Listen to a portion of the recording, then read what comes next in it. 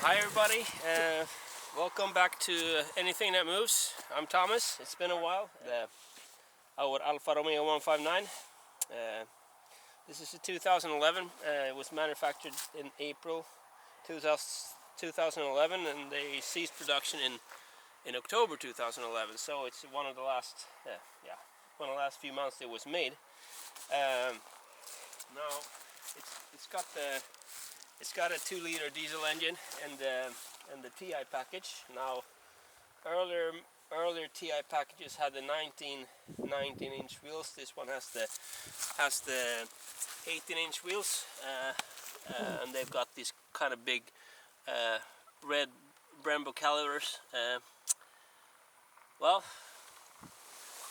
I just want to make an owner's update, and we've had it since December 2012, so it was a little bit more than a year when I bought it, and it just passed 100,000 kilometers.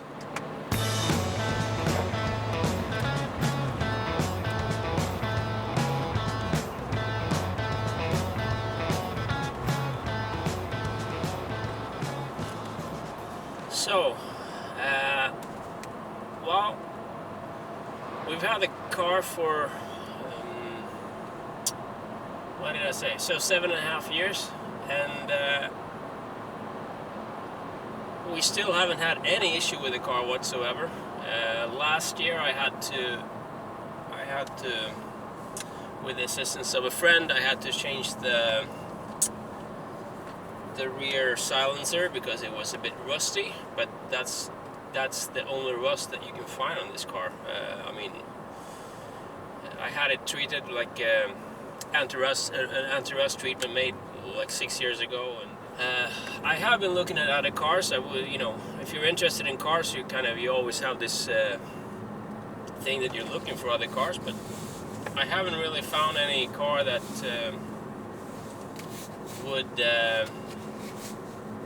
would be any better. I've tested the new Giulia, the 280 horsepower Veloce.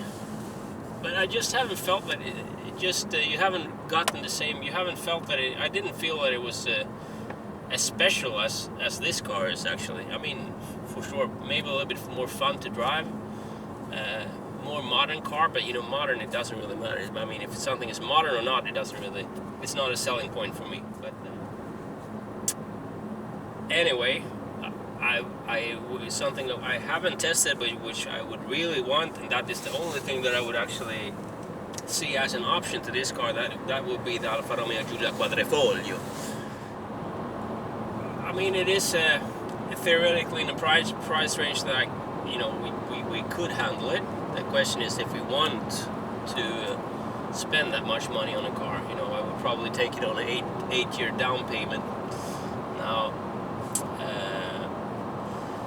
Being a car that it is, I do not want.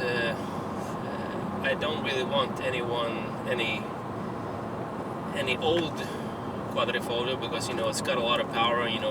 Maybe at least 50% of everybody having one are driving like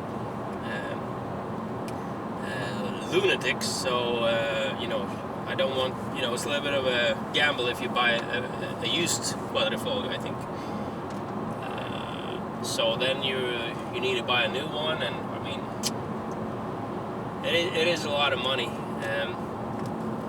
Now in these times, in these Corona times, I've been thinking, maybe now for sure they will start lowering the prices of the cars they have in stock. They might lower the rate of interest for the loans. What about my job? Maybe my job is not all that secure, if I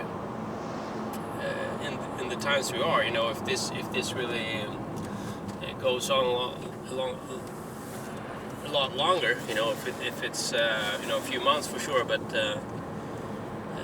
I am in the travel business, or in tourism, so to speak. So I don't know. Maybe it would be a really stupid thing to buy an expensive car this time.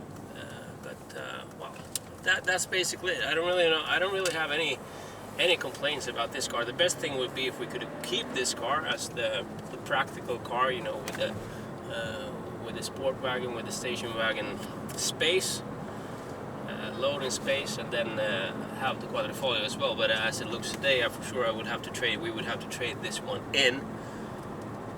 You really feel, you know, it really feels special, this place. What to do? You can't have it. You can't have it all. So we will see. Anyway, this car is up for a second cam belt replacement.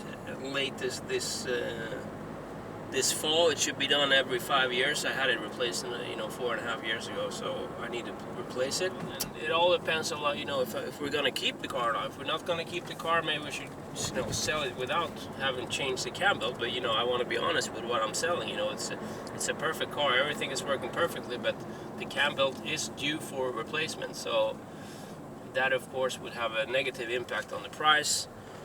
Now, if I do change the cam belt, will I get that money back when I sell it? I don't know.